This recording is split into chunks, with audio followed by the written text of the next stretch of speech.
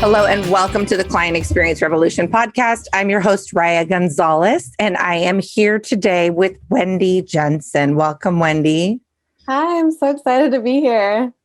Well, Wendy is the owner of Scandinavian Hearts, and our episode today is all about blending commerce and culture. So we're going to dive right into that. Wendy, why don't you tell us a little bit about your company, about you, and how you serve people? Yeah, totally.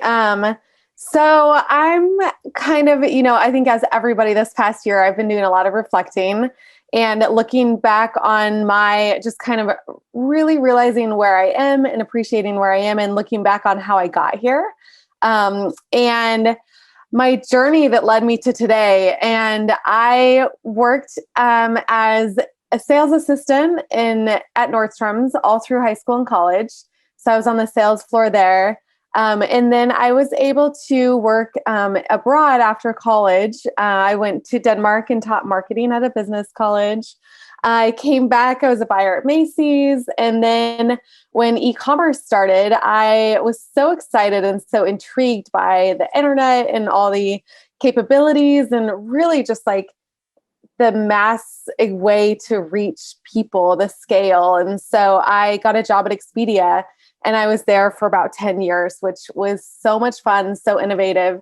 I had kids. I decided to start consulting. So my priorities completely shifted and changed. And I was consulting for a few years. And I've really just been reflecting on who I am, what I want, and looking at my experience and how these pieces came together. I was like, I need to be in retail myself and e-commerce. And so I started my Scandinavian Heart business. And it was just the perfect blend of my experience and my past, and then my heart and my love and my passion and where I want to go in the future.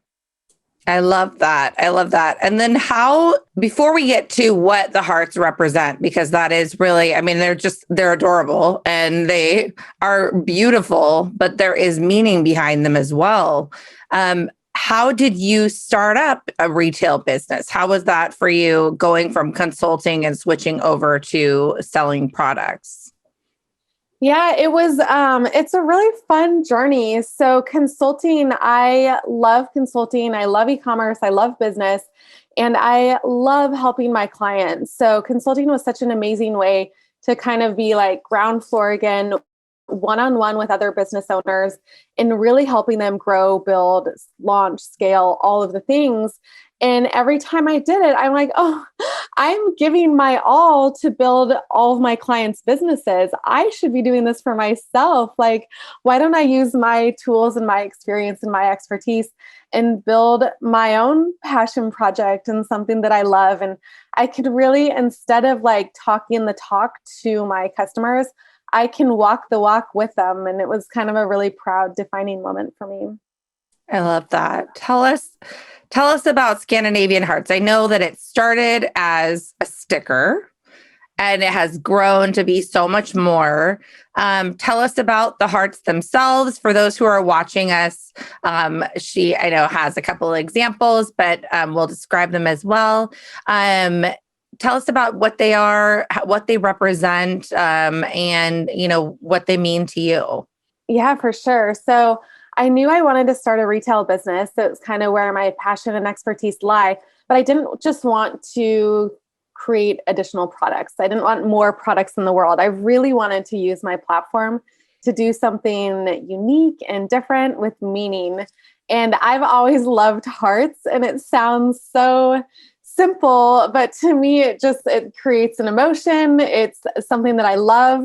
And I am a proud third generation Scandinavian. So my grandparents immigrated to Ballard in the 1930s to start a commercial fishing business, which my cousins now own. So they transferred down to my uncles and now my cousins.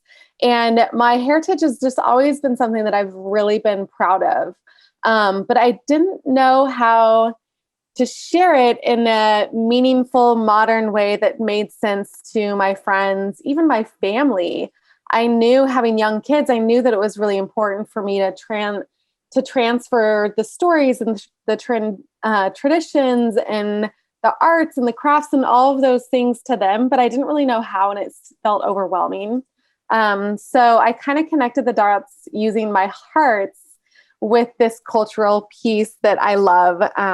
So back when I went to Denmark, the Scandinavian traditions, they use hearts in tons of their design elements. And it's just a really sweet, really subtle little symbol that means a lot in my heritage and my tradition. So I was like, if I can connect those two, it gives me a platform, a voice, and a product that people can access in a really meaningful way to help tell my stories.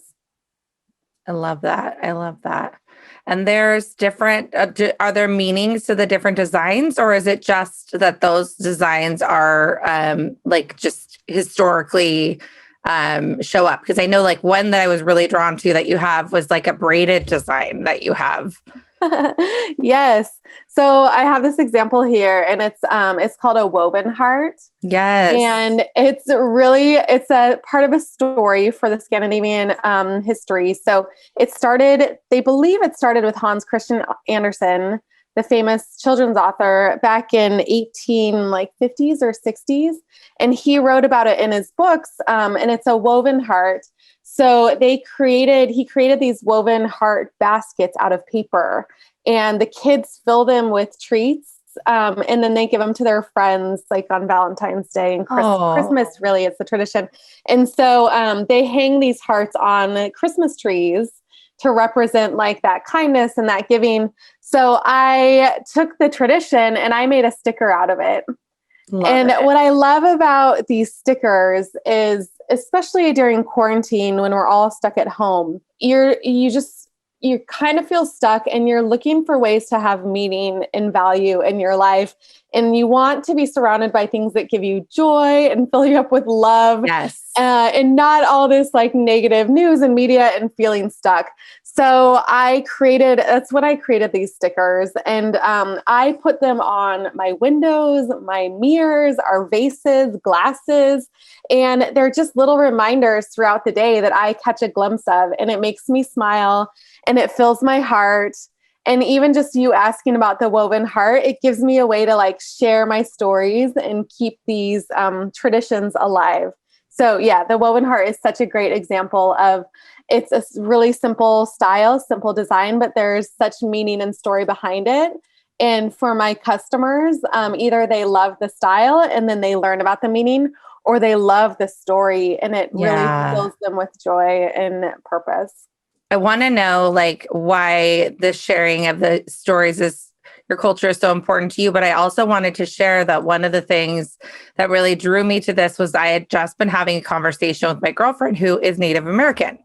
And so she is from the indigenous tribe of the Apache, and she's like obsessed right now with earrings. And when I was getting ready for this episode, I told her, I was like, oh, I'm going to do this episode with Wendy and we're going to talk about commerce and culture. And I was like really inspired by your earrings, and she's been buying from somebody in Canada. And I thought she does beaded indigenous earrings, and I thought that they were Apache. She goes, oh no, she says those ones are from a different tribe, but she says there is an artist that is here in the States that's an Apache earring maker or Apache jewelry maker. And she's like, but she's always sold out because she does everything by hand. And, she does everything is just so carefully and, detailed. It's couture basically is what it is, like everything is couture. And she's like, that's like hashtag goals. Like, I really want to get a piece of her art. But she's like, for her, it's so important, even if it's from another tribe, for her, it's like, number one, supporting somebody who is, continuing the traditions of her culture, in the authentic style. And then number two, it's learning about other people's cultures and supporting it in that way. But what do you think in terms of the storytelling behind it for you makes this important? You mentioned like for your kids, I can imagine that having conversations with your kids, but what about for your friends and for other people in the community? How does your products help the storytelling begin? Yeah, such a great question because it's so fundamental to what I'm trying to accomplish. And I love your story with the earrings. It's exactly the same idea where it's something so little, but so meaningful and so special. And I think with me growing up, my family was very Scandinavian and wore the traditional clothing and spoke the language. And it gave me purpose and it gave me meaning and it made me really feel proud. And it's something that I always loved. And then as an adult, I created my own routines and my own way of living. And I feel like I lost a big piece of that just because it wasn't really a part of my day to day. And having kids, it becomes really important. Like I want my kids to feel that same way. I don't want to lose, like, let's just watch another TV show, or let's just I don't want to take a pass on sharing these really meaningful, valuable things with the kids. And it's really easy to take a pass on it. For example, cooking is a huge part of it. And cooking really intimidates me and really scares me. So it's a really easy out. It's like, I can't do that. I'll just pass on that. But I wanted to find another way to share the stories that really felt true to me and had meaning to me. And what I love is I love art. I love design. I love the architecture, the style, the lifestyle. So creating this heart business and using my hearts as a symbol in these elements is a really great way for me to share the stories and an authentic way for me to share the stories. I couldn't share it through baking because it wouldn't translate.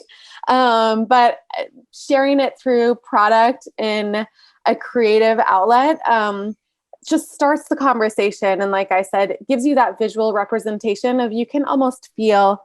I have another example here. It's called rose mulling. Ooh, pretty. And this is one of my best-selling hearts. And it's a traditional Scandinavian art. And it brings the idea of it is to bring the outside in. So this is a really old style of art, and it's using birds and flowers and leaves.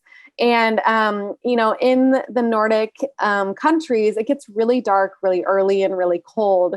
So they had really long winters, and they started making these traditional style of art, and they would put it on their dressers and their nightstands and their cups and their glasses. And it made a way for their home to feel warm and cozy and bring the things that they love in nature, which they can't access during the winter, into their home. So these hearts, even though they're so small, it's just such a meaningful way to bring those elements into my home and into my life. And again, just be able to share the stories and have those conversations with the kids. And I live in a Scandinavian community in Ballard. So there's a lot of Scandinavians around here. And I've been grateful enough that my products got picked up by the Nordic Museum. So all of the Scandinavians that are in our community can see and have that same emotional response to my products and be able to pick it up. And they're stickers, so you could even put it on your car and really show your pride and show your love and share it with others in a simple, affordable, meaningful, accessible way.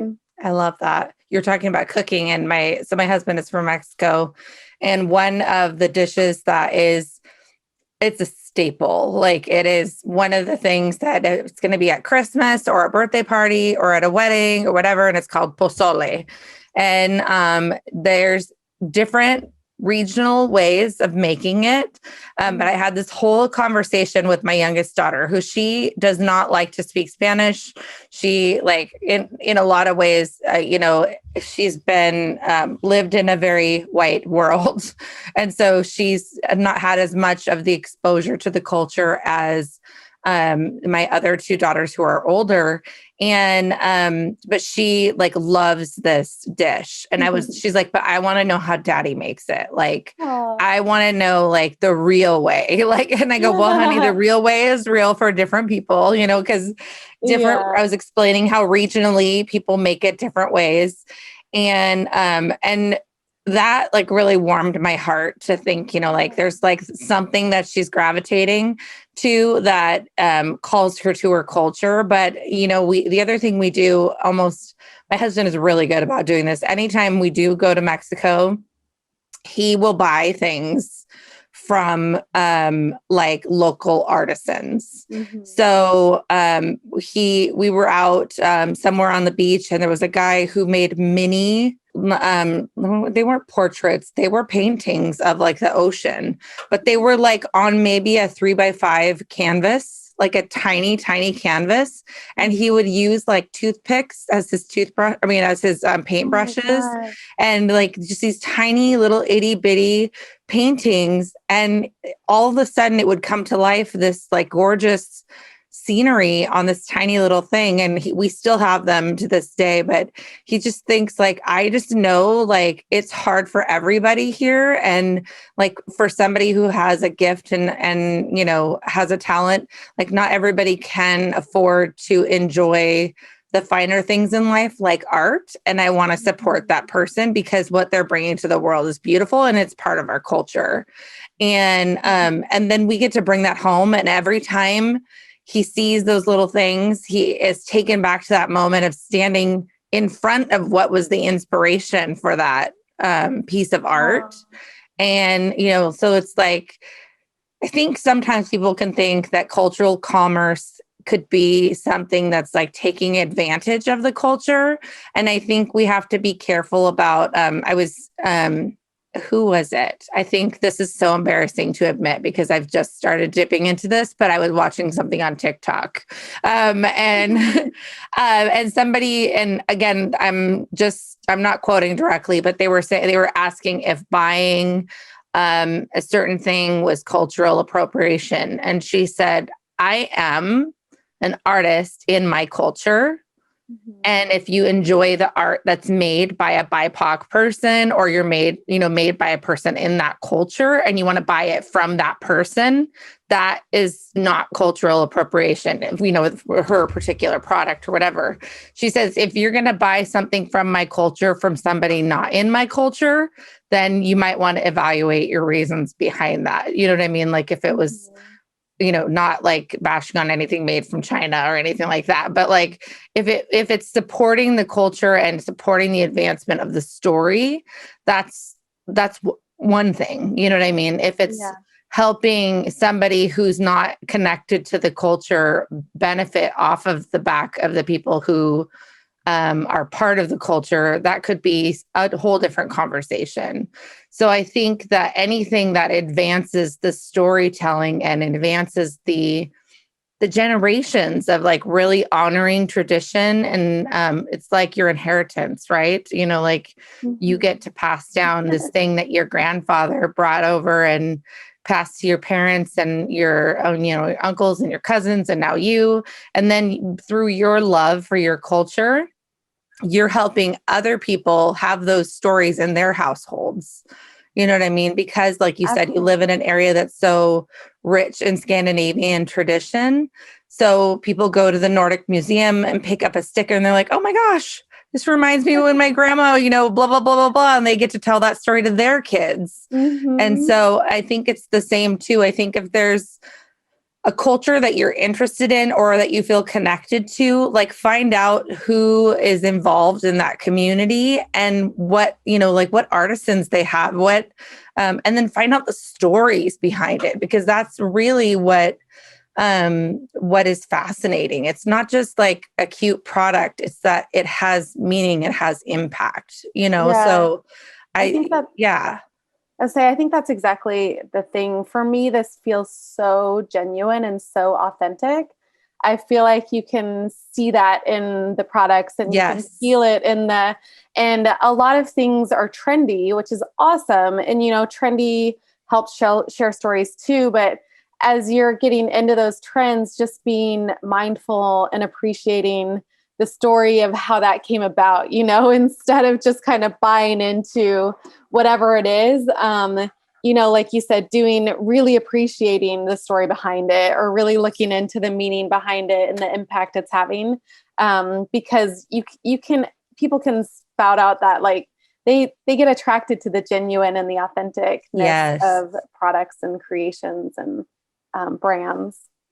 Well, what impact are you really hoping? Because I know, tell me a little bit more about the other products, because it's gone beyond stickers at this point. So what other things are you working on?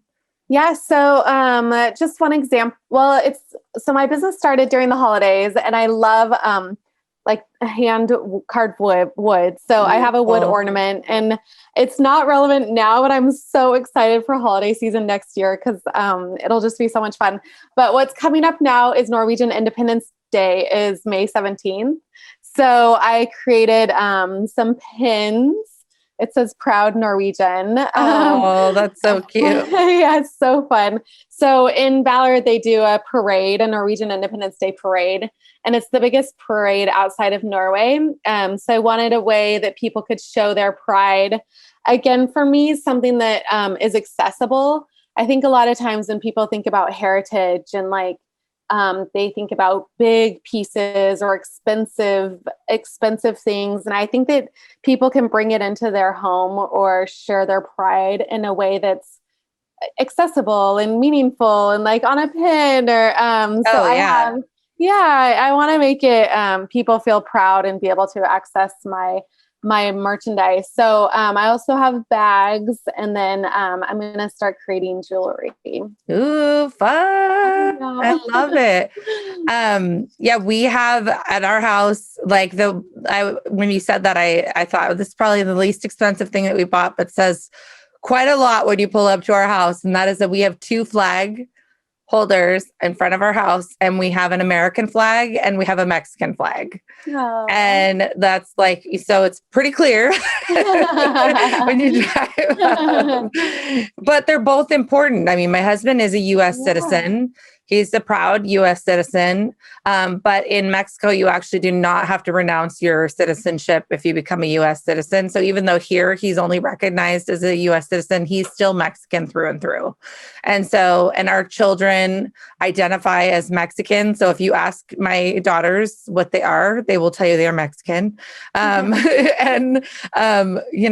It's something that there's just like a huge attachment to the culture and the food and the music and the language and everything about it. I think it's beautiful to be proud and to support people who are furthering the advancement of the culture, because if we don't do it now, it will go away. You know what I mean? And by that, I mean, we have to teach the new generations why our culture is important, and kind of go from there. So I think that that's a beautiful impact that you're doing for your children and for your community, and how awesome that you live in this community, that not only do you have generations that have lived in this community, but that the community at large also shares your heritage. That's just awesome. Oh, thank you. Yeah, I feel really grateful. It's just kind of all come together. And I think, like I mentioned before, it's really easy to take a pass at it. And our lives are so busy, so busy. Yes. And we're like soccer practice and ballet and like running errands and dishes and a haircut. Like it's really easy to take a pass. But looking back at some of my most meaningful moments when I was being raised and growing up was tied to my culture. And it created this joy amongst my family and this pride amongst the people that I knew and love, that I'm so honored to keep those stories alive and in a way that feels genuine and authentic to me. And I'm just so grateful, because I would, as my parents' generation is getting older, and I feel not necessarily an obligation, but I just feel really proud that I can use my voice in a way and tie it to the internet and this world that gives me access to so many people. And it gives me a place to share my voice, and using it in a way that has so much meaning for me really feels good and is fulfilling. I love that. I love that. Well, if people were walking away today from this conversation about the intersection of commerce and culture, what would you want them to walk away with if they could only, like, let's say, take away one thing? What would you want them to take away from this conversation? Yeah, I've really just been inspired by the feeling of doing what you love. So Yeah. doing what you love. So I know your audience is filled with entrepreneurs and business owners and people in business. And it's really easy to get tied up in the doing the things that you have to do. But just reflecting back on what's bringing you joy and doing more of that is contagious. And the Yes. more joy we have in the world, the more things that you do that fill you with joy, fills your kids with joy, fills your neighbors with joy. And it really is these little simple things that make the biggest impact. So I would say if there's something that's pulling you, gravitating you, doing what you love, even starting out in the smallest scale, I really hope to inspire people to do more of that. Love that. And what in your life has been the best piece of advice that you've been given? And it doesn't have to necessarily have to do with this, but what have you taken away as a good piece of advice? Yeah, I think especially in business, the best advice I've been given is to keep going. Just keep going. So if you have your eye on a goal, if you have something in mind, even a big dream or a small dream, there's going to be so many hurdles and it's going to feel so impossible. And if you take one step and you like reap and just love all in that joy and that step that you took, take another step and take another step. And it can be the littlest steps, but really just keep going. It's so easy to get knocked down and just get back into your routine of soccer practice, errands, like all that. But if you're trying to break the mold, do something different, keep going. Do it once a week for an hour or twice a week for an hour. Like set goals for yourself that are small and attainable. Just keep going. It's that consistency that will add up over time and really give you that joy and that pride that you were able to accomplish something. I love that. Thank you so much. And thank you for being with us today. Oh, thank you for having me. This has been so much fun. Well, we are going to link everything about the Scandinavian Hearts so that you can check them out live in person. If you have not been joining us by video, you can see them online. And then if you want to learn more about Scandinavian history, we've got the Nordic Museum's contact information website that we will be including in the show notes so that you can learn more about the backstory behind the Scandinavian Hearts that Wendy is doing. And we thank you so much for being with us, and we hope that you have a wonderful day.